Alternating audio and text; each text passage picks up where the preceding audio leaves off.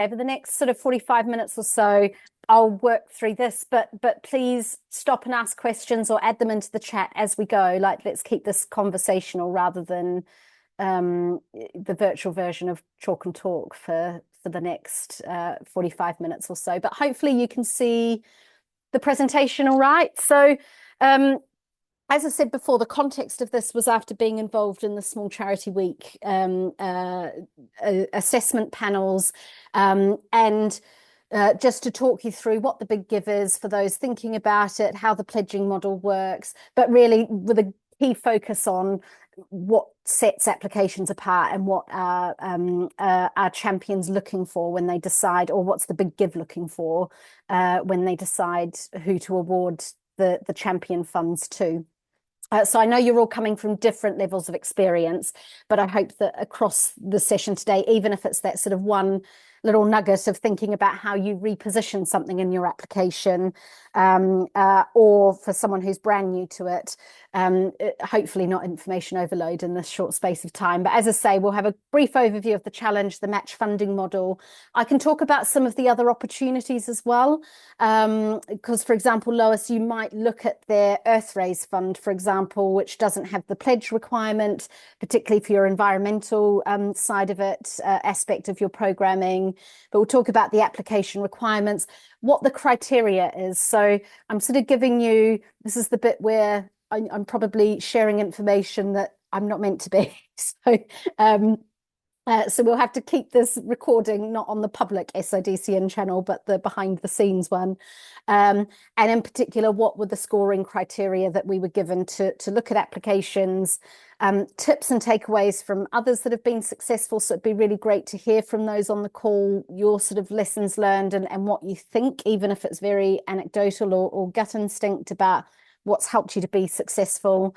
And then at 11 o'clock, we'll move into that sort of power hour format where you've actually got time to work on it.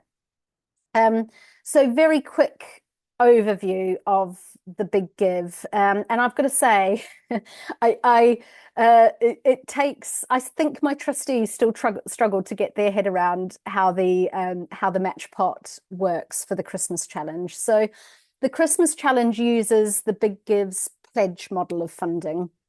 What that means is that when you're applying to it, you're applying to the Big Give for a pot of money from what they call champions. So that's money which is now, thankfully, Andrew, better than your experience. It used to be that you got given, a pot of, a maximum level of champion funding, but it wasn't ring fenced for your organization. It was every man and his dog, every charity participating were vying for the same champion funds. So those that could get their donor base to donate and have their funding matched in the first hour of the campaign would typically exhaust the funds before a lot of small charities got a look in. A big shift that they made, and again, I think from the Big Give showing good listening, is that money is now ring fenced for you from the champions. Now, for the Big Give, and this isn't the case across all of their other campaigns. So I think for Earthraise, you've got the option of using the one-to-one model or a pledge model. I think it might be the same for the Women and Girls campaign that runs in October. And there's the Kind to Mind, which is focused on mental health support. I think there's the option there just to get pure champion funding. And the amount you can go for is less, but it then takes the pressure off you to secure those pledges. But for the Christmas challenge, you need to be able to go out and secure pledges of an equivalent value from your own donors. They don't give the money until after the campaign, but they have to fill in a pledge form that says, I commit to donating £1,000 as a match pot for this campaign, and they fill in their contact details, and you have a specified time period after the campaign is run to collect those pledges. And it's those two amounts combined. So in this illustration here, you've applied to the Big Give for a total target of 20,000. That is made up of champion funding, which represents a quarter of it, of 5,000. You have to secure pledges to 5,000. And then when the campaign runs itself for 1 week, you've got the goal of raising 10,000 to draw down all of that match funding. Um, your pledge funds are used first. So it's really important to set a realistic target that enables you to, that you know that you can exhaust all of your pledge funds as well as start to draw down, if not access all of the champion funds.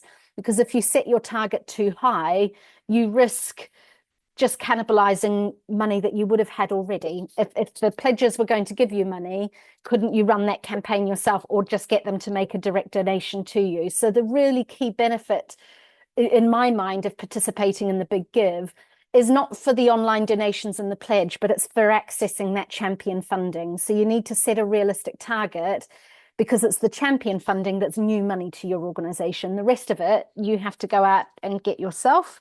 And you might be able to do that through your own fundraising appeal completely independently of the Big Give. So you've got to see it as sort of the benefit is the champion funding that comes in. Janine, is it worth mentioning that I think they only make a decision on your application? Uh, your pledges form part of your application. Part of your, they do, Yeah. yes, yeah, So yeah. you know there's still a chance they will say no even after you've got those pledges. Got those pledges, yeah, yeah. And actually, this is sort of on the next slide. There's this might be a little bit small. I hope it's not too small to see. I'll send the slide deck around afterwards. But yeah, you do sort of your first stage application, which is due in by the 3rd of July via their online form. But then the second part of your application is actually collecting those pledges. So you have until the 28th of August. You will get it once you've submitted your initial application. That's when they do their initial kind of due diligence. They do are you actually eligible to participate? Presuming you pass their eligibility checks, you're then notified and you're given a link to a pledge form that your pledges need to complete. And they don't have to pay the funds, but in effect, they're committing to being part of that match pot of funding. And you're quite right, Andrew, you don't get a decision until after you've collected those pledges. And you could, going back to this previous example, you could have collected, your whole £5,000 worth of pledges, and they might award you only 50% of the champion funding that you've applied for. So you'll have offers made. They use September to assess the applications and then make offers. This year we should hear by the 7th of October. So you've got some different scenarios outcomes that there will be. They will either give you full champion funding. So in the previous example, you've applied for 5,000, you've been given 5,000. You might get partial champion funding. So certainly in previous years, we've had that where we got 50% of what we were looking for. So we still had to use the full pledge amount, but we only got 50% of the champion funding. Or you might get the scenario where they say you've got no champion funding, but you can still run your own campaign with your pledges alone. And it's up to you. It's your decision whether to accept or refuse the offer. It is only anecdotal experience, but I've worked with organizations sort of through the freelance work that I do, as well as with PFP.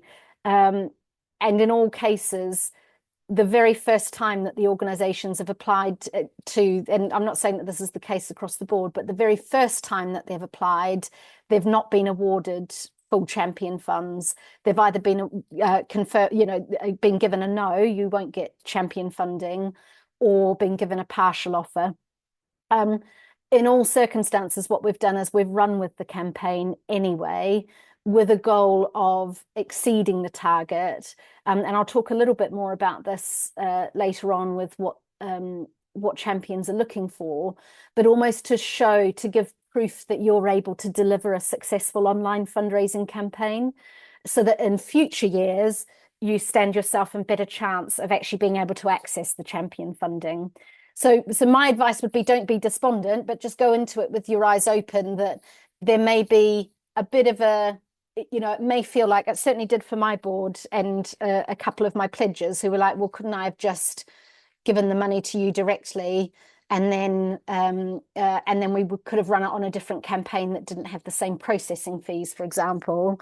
But for us now, we're in our 5th year of running the Christmas Challenge, and every year we've been able to apply for more and more champion funding. And been offered it. So, it is entirely your decision whether you accept or refuse the offer. But my advice would always be, if it's your first campaign, go in with a low target, smash it, and then next year go in more boldly. Don't go in bold on your first one. And as I've said here, lots of first timers don't get given champion funding or will be given partial funding. So don't see that as a reflection on your organization or its work or the quality of your application. Then the campaign planning phase kind of hits, and you will have already had to do some planning as part of your application process. You need to think through how you're actually going to raise that £10,000 target in this example, or your £2,000 target, whatever your target is. How are you actually going to drive those donations? What social media assets do you need? What mailings are going to go out? Do you need to spend time, if it is your first campaign now and you don't have a great mailing list, for example, do you need to think about how you're building up your mailing list between now and then, getting people to subscribe, or making sure that you've gone through all of your past donor history and have people who have subscribed so that they're getting your campaign messaging? And Julian delivered an excellent session a couple of years ago on his Big Give runway. So I'll circulate that after this to watch that back for anyone, but really thinking through what that 3-month timetable looks like in the lead up to the campaign. So it's doing as much as you can as possible in advance, but really starting to tease the campaign from the moment that you get the notice that you've been successful. The campaign this year will run from the 1st to the 8th of December. And of course, there's all the mop-up that happens then. So just as we think that we get to go off on our Christmas breaks and we've raised the money, we have to make sure we're thanking, stewarding, completing the online survey, making sure that our pledges pay their money. Usually you get the money that's been raised through the online donations into your bank account within a couple of weeks. And I think the champion funds tend to come a bit later. So they come in February once your pledge payments, you've got to upload pledge proofs and show that they've actually been received. They go through their checks and things like that. So that's a broad view of the process and the timetable for those who it might be new to. I won't go through all the eligibility criteria, but do just double check it that you satisfy the eligibility criteria. One thing that I noticed this year that maybe I've just never seen it in previous years, but whatever you're requesting for champion funds must be a maximum of 10% of your annual income. So if your annual income is 50,000 a year, you couldn't apply for more than 5,000 of champion funds. I don't recall, and maybe I've just missed that and not read the criteria closely enough, but I don't recall seeing that in previous years. And as Andrew referenced, you can apply for specific project costs. So associated with a specific project you want to deliver, like Rita's feeding program, for example. You can apply for core costs. So they changed the rules a couple of years ago that you could actually apply for unrestricted funding. And the key there is to package up the entire work of your organization, as Andrew said, and it's even more important there to focus on the impact that unrestricted funding will enable. And you can apply for capital costs again. So as Rita said, the classroom building, for example, you can apply for. Again, it's really important to communicate very clearly what the impact of that will be to put you in a good chance for success.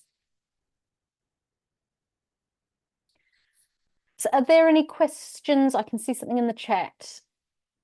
Is project core or capital likely to have different success rates? It's a good question, Alexis. I don't know. What I would say is the experience of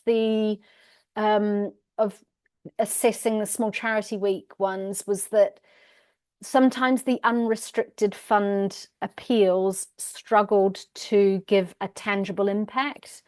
And so they could have been very worthy organizations and applications, but when you're presenting a project, often that impact is more quantifiable. So if it is unrestricted funds, it's just even more important to make sure that you focus on communicating the impact. And that might be the broader impact that your organization enables, or talking about the kind of impact that you want to have next year that investment in unrestricted funding will have. I think as well, we struggled sometimes. I think it was harder to assess. For example, I reviewed a couple of applications where, and I think it comes down to that 10% threshold, where they were talking about, the entirety of the impact of the organization, and yet the application and the corresponding budget didn't really correlate with that. So I think it's just it's a harder positioning job, I think. But certainly the last couple of years we've done it quite well, where we've called it unrestricted funding, but we've tied it to our water projects and kind of the water projects that we have in the pipeline. But by bringing it through as unrestricted, it means that we can apply it to whichever of the water projects is in most funding needs. So if we suddenly get a grant to do one of the pieces, one of the projects that we had, we'll direct that funding towards another project. So application requirements, as I said, it can be a standalone project, it can be part of a larger project, it can be continuing existing work, it doesn't have to be new. It can be your core costs, unrestricted funds, capital funds. But bear in mind that, and I think it's the point that you raised, Lois, was that your application doesn't just need to be attractive to the champion. It needs to be something that your pledges are interested in, and that your wider donor base are going to be interested in funding as well. So it's well worth having a look at. I would have a look at if you go onto the Big Give Christmas Challenge page, you can see a list. It's not an exhaustive list, but you can see a list of who some of the champion funders are. And have a look at because they're often foundations themselves. So, for example, I know Coles Midlock Foundation has been a champion in the past. You could do a bit of research to look into, well, what are their published priorities? Oh, they really support work with women and girls. We know that our donor base really enjoys when we badge up projects that are about girls' access to education through dignity packs, sanitary pads, and MSRH education. So we tick the champions box as well as ticking our donors box, which just makes your job easier in terms of that funding application and delivering the campaign. So it's thinking about how you've got that broader appeal, not just to the Big Give and their published criteria, but thinking about who are the specific champions that they've got. And of course, there are mop-ups. I mean, the last couple of years for PFP, we've had funding from the Big Give itself, because I think they have their own pot of money that they can give to things that may not fit with the champions criteria, but they still think are very good fundable projects. So they have some discretionary funding in there. So I'd get less concerned about the champions, but really thinking about, I've got to be able to fit it to the Big Give, but I need my donors to be invested in donating to this. And I need to be able to create a good appeal on whatever I apply for the funds for. I still remember my trustees looking at me aghast when we wanted to do a bio toilets. And they asked me if I was seriously fundraising for poo, which I explained to them was actually fundamental, and the importance of sanitation in a school setting. So yeah, anyway, bit of an aside. So application tips here. The character counts are low, I think. I think you've got, is it 500 characters or something to spell out the need?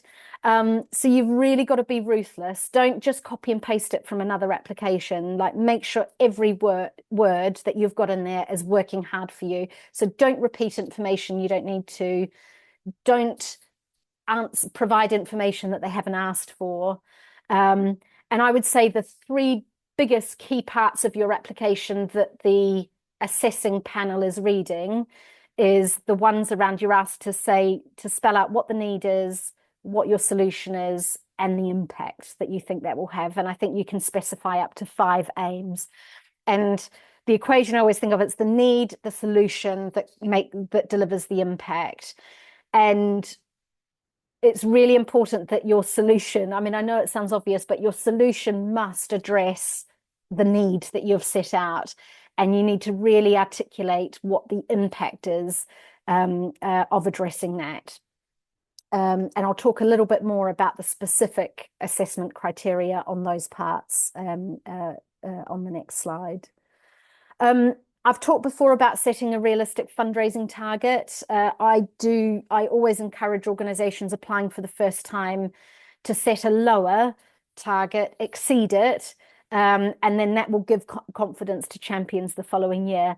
And you could always, if you think that, well, I could go to the big give for 2,000, but actually I feel reasonably confident that I could get 3,000 in pledges. You could always keep one of your potential pledges or a major donor in your back pocket, so that when you go out to the campaign, if you hit your target, within 3 days, it's a really great message to go back and say, we've got top-up funds. Someone else is putting £1,000 in the pot, and the next £1,000 worth of donations will continue to be matched. You don't need to go through, actually changing the big give or anything like that, but it's just about your messaging to your audience. And I definitely think it's better to go lower, and then that builds the confidence in the big give and their champions in you the following year.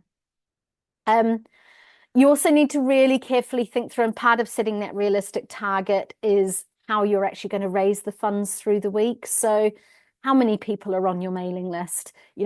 How are you going to break down that target? If you've got a target of raising £2,000, how many donations of £20 do you need to reach that target? Is that realistic? Do you need someone who's going to commit to giving at least £500 to really get things moving? So I always apply the 80-20 principle in fundraising, that 80% of people will deliver 20% of your target, and vice versa. 20% of your contacts will deliver 80% of your target. So breaking that target down into, we often talk about in fundraising, sort of the idea of gift tables. So if I've got a £2,000 target, do I need one person who's going to give me 20% of that, to give me £400? Do I need 3 people who are going to give me £100 each? And then do I need 20 people who are going to give me £20 each? And my maths isn't mathing today, but that would hopefully get you quite close to your target. So breaking it down, and then you can really think through, right, what do I need to do? How are we going to deliver this campaign? So again, you don't have a huge amount of space in the application itself, but it's worthwhile. You need to demonstrate in your application that you've got a clear plan of how you will utilize the match, how you'll actually be able to make use of those match funds. Because if you put yourself in the shoes of the big give, when they're making the decisions, they have spent the year going out and getting donors and people with big pots of money to put it into a pool. Now, if they award you match funds and you're not able to draw down all of that funding, that doesn't look great to the big give. It makes it harder next year when the donor says, well, hang on, I awarded 10 different organizations £10,000 each, and they only used half of that. So next year I'm going to give you less money. It doesn't make their job easier. So having a really clear, and it might make you less likely to be selected if you don't demonstrate a clear plan for how you can actually utilize those match funds. Janine, can I just reiterate everything you said, particularly the 80-20, and you mentioned major donors. I mean, if you are fortunate enough to have a few major donors, especially when this scheme is actually quite complicated to explain to your pledges and everything, are those people who are a bit close to you and will take a few minutes to understand what it's about. That's the way we've sort of reverted to in the last few years. In fact, some years we've probably had less than 10 donors support our whole campaign. And the other thing about that, if you can do that, it means you're not going to be terribly stressed during that week, waiting for all those £20 to add up to your £5,000 or £10,000, which is just enormously stressful. And I'm getting it on a bit now, and I just can't take that anymore. Yeah. So, And that you might know, be the if we can decision you, line them up, the yeah, yeah, yeah. 500 and the 1,000 and whatever, and give them a call and say, right, this is the week. Can you do it, please? It just takes that stress out of the situation. Sorry, Yeah, yeah, no, no, no, definitely. And I guess different organizations all have different funding goals. I mean, we have a lot of people that will give at that sort of lower level, and we're quite keen to offer them the opportunity because we want to do a regular giving campaign next year. So, sort of later this year. So, for us, those kind of £20, £10, £20 are out of the bread and butter of how we get it. But for other organizations, absolutely. And I know, for example, in the past when we've done our Earthraise fund, you know, if we only have 1 year, we were awarded 2,000 match funding. Well, I had a corporate donor who would have done the whole target, so we didn't have to do a big public facing campaign. We just did that. So absolutely, it's sort of it all depends on what your goals are from participating, because if it's to kind of build and maybe re-engage lapsed donors or give people who have donated once the opportunity to give again, you might be looking more for that kind of mass marketing. But yeah, equally, if you've got a few near and dear, and really your goal is about unlocking that champion yeah, funding exactly. in Yeah, order to add to your pot and to make the giving that you would get already have more value, then that's perfectly valid yeah, as well. yeah, So definitely. So actually, you raise a really good point, Andrew, that spending some time before you apply, really thinking about what your goals for participating are is really vital. Um, and I would say there's a part of the application where you can talk about your past fundraising successes. If you've run any kind, don't just focus on grants. You know, if you can give any example of where you've raised funds through a campaign, ideally a big give one, but if you've run your own campaign, or you had an appeal, or you ran a really successful event where you can demonstrate that you've been able to get a body of people to donate to you, I think that helps you stand out as well. Whereas if you put just 3 grants in, someone looking at your application might say, well, they maybe don't have as much experience of running a successful digital fundraising campaign. Do we have confidence that they can deliver it? And again, sort of just trying to put yourself in the assessor's shoes. So what are the Big Give and their champions looking at from a successful application? So I'm bringing up here the scoring matrix that we were given for the Small Charity Week assessment guidelines.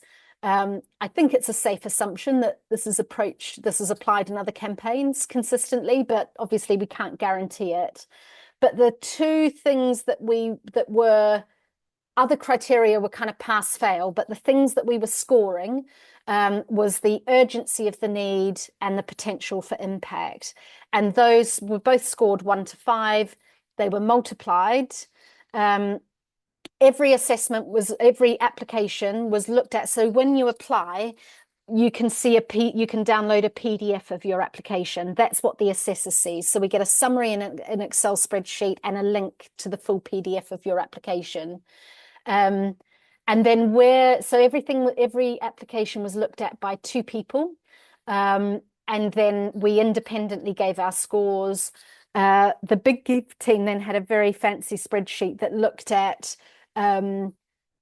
any scores where there was a variance of more than 3 between the 2 assessors. So where there was, where maybe I'd scored, the multiplier was 15 and someone else had scored a multiplier of 9. And those were we looked at them one by one as the panel on a longer joint call, and made a decision about what the final score would be for that. So I think it's fair to say there is a real human being reading your application. So I wouldn't, I know that we're all using AI more, and it can certainly be helpful, certainly for getting a longer section down to a 500-character response, but let your human voice speak through, because it's going to be a human being reading your application. So the factors we were given, so urgency of need was number 1, clear identification of the problem. So does the application clearly describe the issue or the challenge that you're aiming to address? And is it supported by credible data, research, evidence? So that could be statistics, case studies, quotes, or testimonials. Relevance of the issue. So how relevant is the problem to the target population or target community? Is it one that's currently underserved, neglected, or not adequately addressed by other organizations? So is there actually a gap there? How urgent is the issue being addressed? Does the charity provide evidence of the scale of the problem? Does it quantify the number of people who are actually affected? Alignment with community needs. And I think that's where, I see such good practice of this amongst SIDCN members that, we are deeply engaged with and co-producing with the communities that we're serving. Have we consulted the community, stakeholders, beneficiaries, people who bring expertise, local government, in all of the stages of identifying the need and ensuring that the work aligns with local priorities? And are there any barriers to access or support? So whether they're geographic, economical, social, what are the things that prevent people from accessing the support, and how will you overcome those barriers? So not easy to put across in 500 characters. You have to really, really make every word count, as I say. And then your potential for impact is the other factor. So are there very clear, specific, and measurable goals? So when you set those up to 5 aims, that's your opportunity. I don't think you're limited in word count in that section or character count. So you can have really clear, SMART goals. So specific, measurable, achievable, results focused, time bound. Are the goals, importantly, and this is where some applications fell down, do those goals really clearly map across to the identified need? And how are you going to track progress? Is there a clear plan for identifying learning and measuring whether or not your intervention has been successful? Targeted and appropriate services. So are they well suited to addressing the specific needs?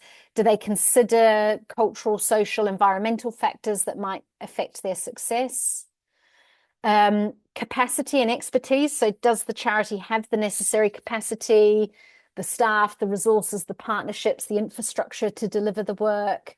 Do that you have experience or expertise? Do you have a track record in delivering similar programs? The impact on beneficiaries. So how, will you be able to deliver positive outcomes? Have you got evidence of past successes or anticipated outcomes? And sustainability. So how will you plan to sustain the impact over time as well? So those were the sort of the 5 points under each that we were asked to consider when deciding to award a 1 to 5 score. And as I say, it was those 2 that were then multiplied and formed a key part of the decision-making process. And in effect, once we had the spreadsheet and everyone's scores aligned, we then took the top scoring. So I think the cutoff for this was for the Small Charity Week was I think everyone who got more an 8 or above was awarded match funding. We made the decision to give everyone full match funds. So the option that was presented to us was to go further, maybe to go down to the 7s, but to give a group, maybe those that scored 7 and 8, only 50% of their funding. But we made the decision to, with the match pot that we had, to give 8 and above and enable everyone to have 100% match funds. How that works with the Christmas Challenge and with a different group of assessors, I don't know. I know we've had certainly partial offers in the past as well. So the typical reasons that we came across for low scores, and certainly that I came across, there was a good sort of description of the need, but there was no evidence of it. So, sometimes we don't always have data, but even a quote from from a village elder or the school head teacher, or evidence that you've collected through your own data collection. It doesn't have to be external peer-reviewed evidence from the UN, but that you've got some kind of evidence for it.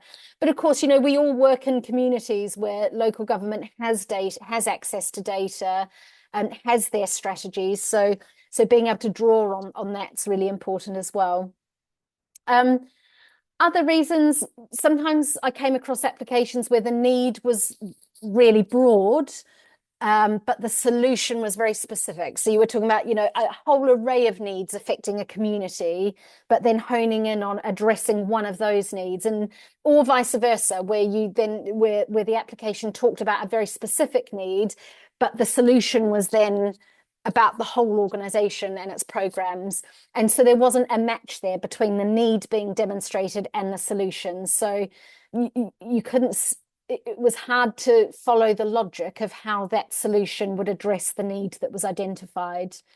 It wasn't, in some applications, it wasn't clear that the need was relevant or important to the target audience. So it did feel there were certainly some applications that were written from a very top-down perspective, and it wasn't clear that that was important or relevant to the benefiting community. Where the approach or solution was weak, and particularly that came through in the aims and describing the solution, where it was really poorly defined, or it wasn't clear what was actually going to be done. If it wasn't clear if the charity actually had the capacity to deliver that solution, if there were no, quantifiable indicators of impact, so it wasn't clear that the applicant was able to assess whether or not they'd been successful. And I think where the budget was unrealistic or just not detailed enough.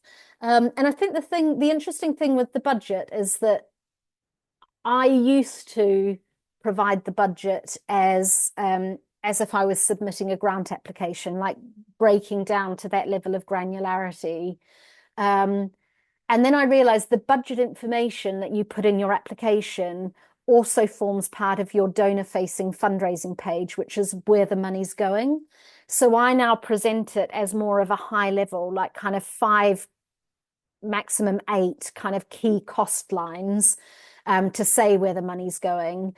And I don't know, this is just my own experience, and others will have their own experience. So I welcome being challenged on that. But I think sometimes giving too much detail can be off-putting to a donor that just wants to know, what's my £200 going towards?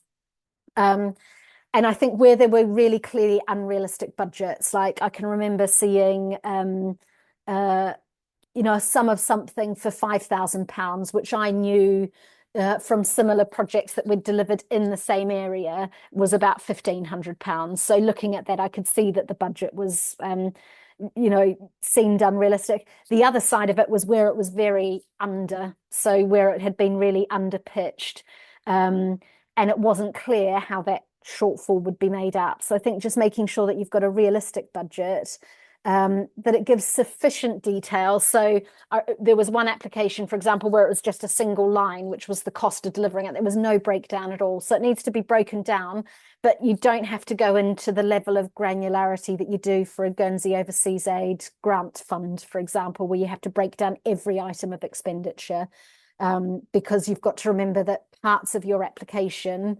form your public-facing campaign page that your donors will read. And when you go into the Big Give and download their application guidance, they asterisk which ones form part of your campaign page as well. Which is my next bullet point. So you've got to write not just for your funder, but also to a more public audience. On media, so in the application, you've got the opportunity to upload media.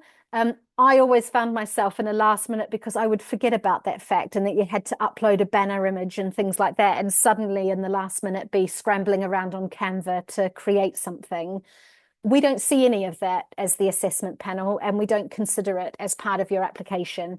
And you can edit, so you can upload something for now, and make it better at a later stage. I almost don't know why they ask you to upload it now, because it would save work. And I might give them that feedback actually, that it would save work if you can add that once you've heard you've been successful. I would get someone to give your application. I know it's probably the thing that is always said in any kind of fundraising talk, but make sure you get someone to give it a really thorough review.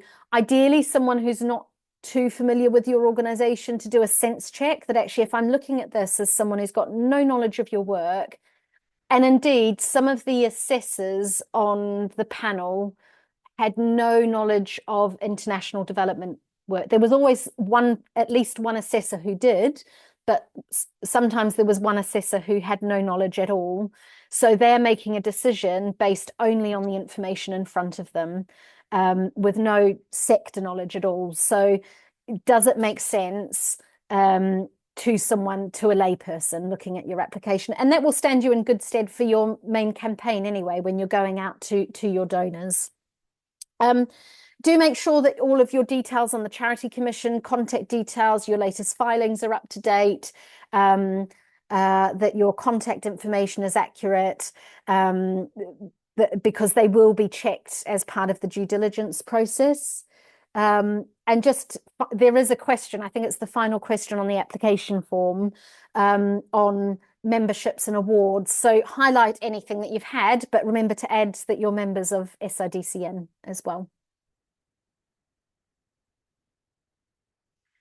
So that is the end of my my sort of my slides that I'd prepared. I wonder if we sort of, I'd be really interested to hear from those who have applied successfully before. Does any of that resonate with you? Have you picked up any kind of tips along the way from successful or unsuccessful applications, or any insights or learning that you've had? Can I just ask a question? It's not Mm. an insight, something like that. I think after the last application process, I think I saw some people kind of commenting in some of the groups that I'm in, and some people kind of seem to allude to the fact that, oh, I'm pleased we kind of connected with some champion funders before, like almost like some people had been like building relationships or doing some networking. Is that a factor? Do champion funders look for people that they've had connections with or have reached out? Like, could that be Oh, a good thing? interesting. Yeah, the honest answer is I don't know, Alexis. I didn't get to, because it was a new funder for the Small Charity Week one. I didn't get a sense, but I don't know to what extent the champions are involved in the assessment process. My understanding of it is that they've got panelists, and I'm sure that as part of their funder stewardship, the funders are invited to be part of the selection process, but they are looking at like a massive spreadsheet. So a funder isn't necessarily assessing applications and saying, I want to cherry pick these 4 organizations because I've funded them before. Because your allocation, like my allocation, was 20 applications to look at, and it was kind of randomly allocated. And in fact, we had to fill in conflict of interest declarations to ensure that we weren't assessing any organizations that we had a prior relationship with. So, for example, Izzy, who some of you might know, her charity, A Little Bit of Hope, I said, well, she works for SIDCN. Although I don't have any prior involvement in her charity, I might be biased in assessing her application, positively biased, but I should recuse myself from assessing hers. And it would have been the same, you know, if Julian, if yours had come up, for example, or if anyone that I've got a close working relationship with through SIDCN. So I think, yeah, I'm not sure how. I mean, maybe there's that sort of confirmation bias creeping in where they think that that's been a factor, but it actually wasn't. Yeah, I know in the past we've done it the other way, where we had funding from a champion and we tried to build a relationship afterwards, unsuccessfully, as it would be. And I think, you know, in a way, all of these champions are major donors to the big give, so they hold those relationships very, very closely.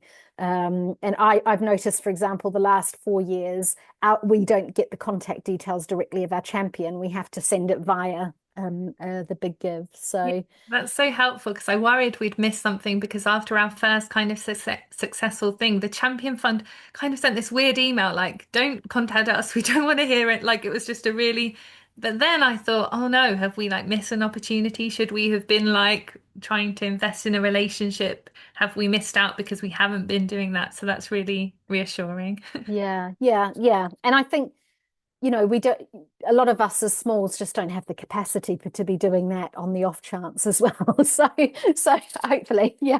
I mean, if you have had, one thing I would say is that if you have had it in the past, so before you submit your application, Alexis, you might do like a 2 years on follow up. You gave us champion funding 3 years ago. We thought you'd like to see the long-term impact of what you created. So of course we did your report to you after 12 months like we had to. But as a nice kind of piece of unexpected stewardship, you could send a follow-on report, whilst your application is in for consideration, because they won't be looking at it until you've secured your pledges. So the assessing won't take place until September. So you've got a bit of time, maybe between now and the end of July, to submit a nice, follow-on report from the long-term impact of your support. And that might be the kind of thing that kind of nurturing an existing relationship rather than trying to go out to build cold relationships with all these champions.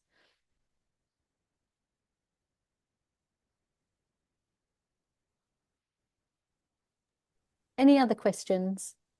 Yeah.